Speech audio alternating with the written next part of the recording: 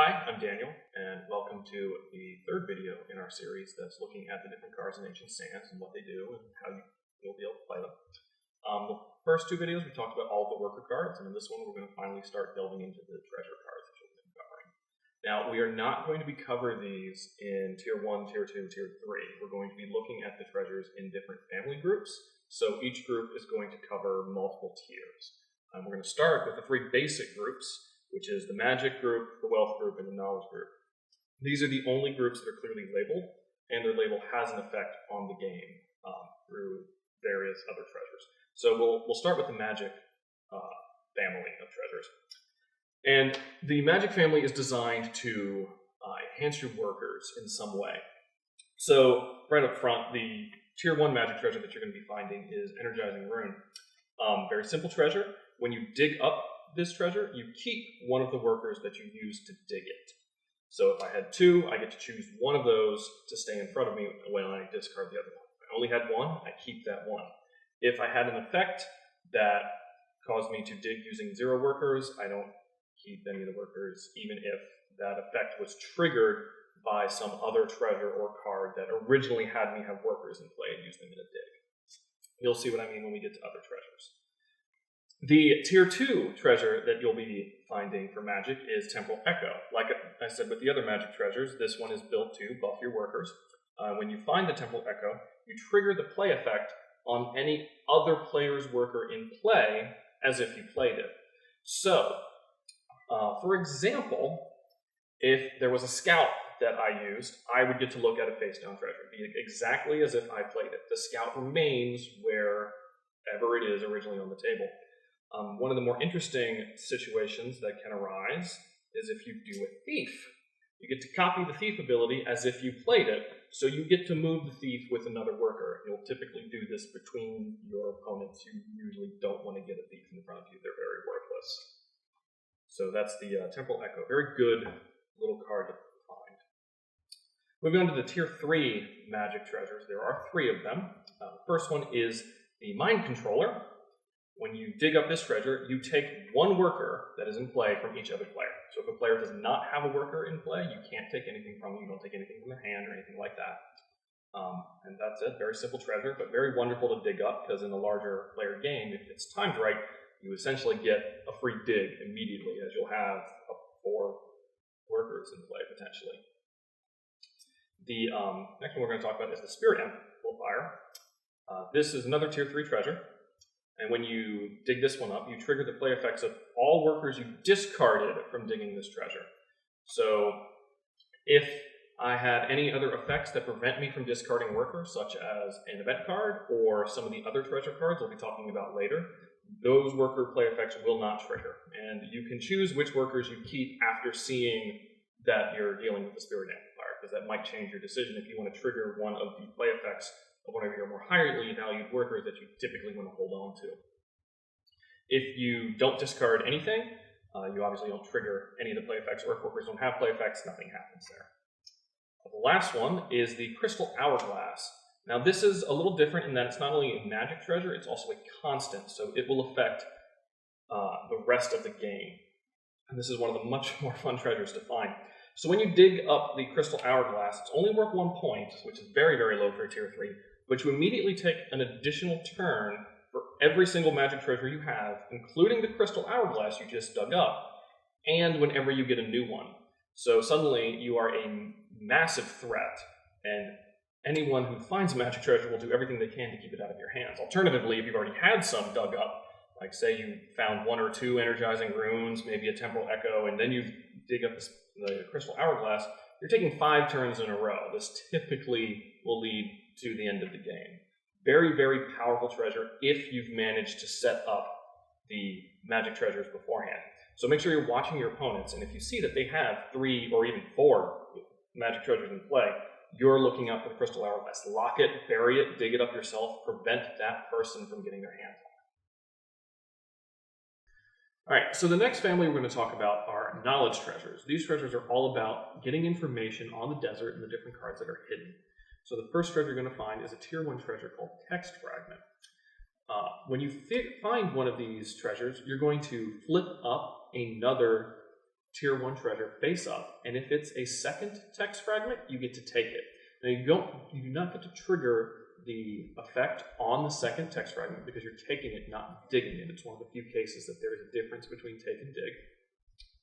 You also have to be able to flip it face up. So if it's already face up, you cannot target it with this effect. The second card in the knowledge set is a tier 2 card called Intact Tome. Very simple card. Once you dig up this card, you simply flip a face down treasure card face up. Has to be unlocked, has to be at the top of the stack, just like all the other requirements are. The third card in the knowledge set is a tier 3 card called Data Crystal. Now, when you dig up Data Crystal, you pick an entire row or column of treasure cards, and you flip all the face down cards at the top face up. The cards can't be locked, because again, this is targeting individual cards, not an entire stack. But other than that, you just flip all those cards up, and this is fun in that it gives the entire table a lot of information that they most likely didn't have before, and can lead to a lot of second guessing of plans and scrambles to get newly revealed treasures. Lots of fun. The next card we're going to look at is Blueprints. This is a tier 3 knowledge treasure, and when you dig it up, you immediately dig a tier 1 treasure that's available and unlocked, just like always, but you dig one for every single knowledge treasure you've already dug up, including Blueprints. So this can be very, very powerful if the other treasures you've gathered are knowledge and there are tier 1 treasures available to take. So if you see one of your opponents starting to gather 2, maybe 3 knowledge treasures, and Blueprints haven't been found yet, you might want to make an effort to either find them and hide them, lock them, or take it for yourself, or to gather several of the tier 1 treasures that are available or start moving those away to prevent this card from potentially giving someone 5, maybe even 6 points if they find a really beneficial cave mouth, which we'll talk about later. And the last card in the knowledge set is the Scrying Stone. Really fun card. Once you have this, the other players have to play with their hands revealed.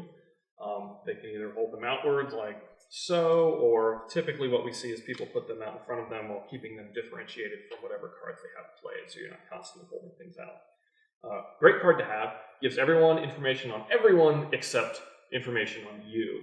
So this will let you know what players are really good to use rogues against, when you should be holding on to a thief because someone has an engineer, or when it's safe to go after a tier 3 treasure because you know that someone else most likely won't be able to take it because they're not holding anything strong in their hand.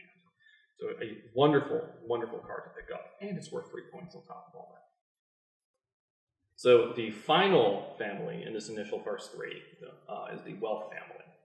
So the Wealth family is built around the idea that if a player is constantly getting unlucky and drawing very low value cards, they need some way to come back. So that is why we have the different values on treasures when you're digging them up, whether it is the dig power value to dig up a treasure or the straight up worker value, so that someone getting unlucky still has a good chance of picking up treasures. The wealth treasures also reward them heavily if they're able to find them. All of the wealth treasures give you an extra effect if you used the number of workers needed for that tier to dig it up as opposed to the dig power. So for example, the tier 1 wealth treasure, Ancient Coins, if you use 2 workers to dig up this treasure, you get to take an additional turn immediately. You still lose the workers you played, it's just like your turn ends, and instead of the next player, it's your turn again. Very simple card, but great to find up front, gives you a point, gets you back into the game faster. The tier 2 wealth treasure is the Gem Cluster. If you use 3 workers to dig up this treasure, you get to steal any other player's worker that's in play. So just like the similar effects we discussed before, it has to be a worker in play. You're taking it, you're putting it in front of you. You're not triggering its play effects, you're not triggering any other effects about it. You just get it so that you're on your next turn, you already have that much progress towards digging. Wonderful little card at 2 points. Now, getting down to the tier 3 wealth treasures, these are very, very powerful effects because you will need to build up to 4 workers, the maximum number of workers that you can have in play, disregarding any event cards. So these are going to be significantly powerful, and when they trigger, they're wonderful. So for the Jewelry Cache, which is the first tier 3 one we're going to be talking about, if you use at least 4 workers to dig up this treasure, you get a free dig on any tier. So you can take another tier 3 treasure immediately. The only downside is the dig does count as using 0 workers. So if you happen to find the other tier 3 wealth treasure, you're not going to trigger that or any other wealth card or any card that triggers off of the number of workers played. But it's still 3 points and potentially another tier 3 card. Very powerful, can almost immediately end the game if you've already gathered up a couple lower level treasures. The second tier 3 wealth treasure is the Sealed Vault. So like the Jewelry Cache, this card triggers if you use at least 4 cards to dig it up. And if you do that, all other players discard all of their workers in play, resetting everyone back to square one. This is a wonderful card if you can time it right. You can have people lose potentially 3 turns of effort. Very powerful, very devastating, and a great way to make all of your friends/families cringe, moan, and complain. So the last card in this family is not technically a wealth card, but it affects all wealth cards, and this is the Ancient Crown. This is tier 3 card, and when you dig it up, as long as you have it, which you can't lose it once you have it, your wealth treasures, so the other cards we've been talking about, not this one, it's not a wealth treasure, are worth an extra point. So depending on the situation, you're either going to get a huge influx of points, or you're going to become a very, very large threat, as a number of potentially very cheap cards, such as the Ancient Coins, are now worth 2 points instead of 1. So if people have been avoiding the tier 1 digs, suddenly they're very, very valuable to you, especially if these have been missing and you're down to only a couple, so your odds of grabbing one are very large. Once you have this card, you can start to ignore all of the bonus effects that require you to build up to a certain number of workers and go just straight for the point value, because all of these have suddenly become immensely valuable for their tier. So that covers the first 3 families of treasures that you're going to find out in the desert. In our next video, we're going to be talking about the remaining treasures and all of the effects that they can have. I hope this video has been helpful to you, give you an idea of why we have the treasures set up the way we do and what you'll encounter out there in the Ancient Sands.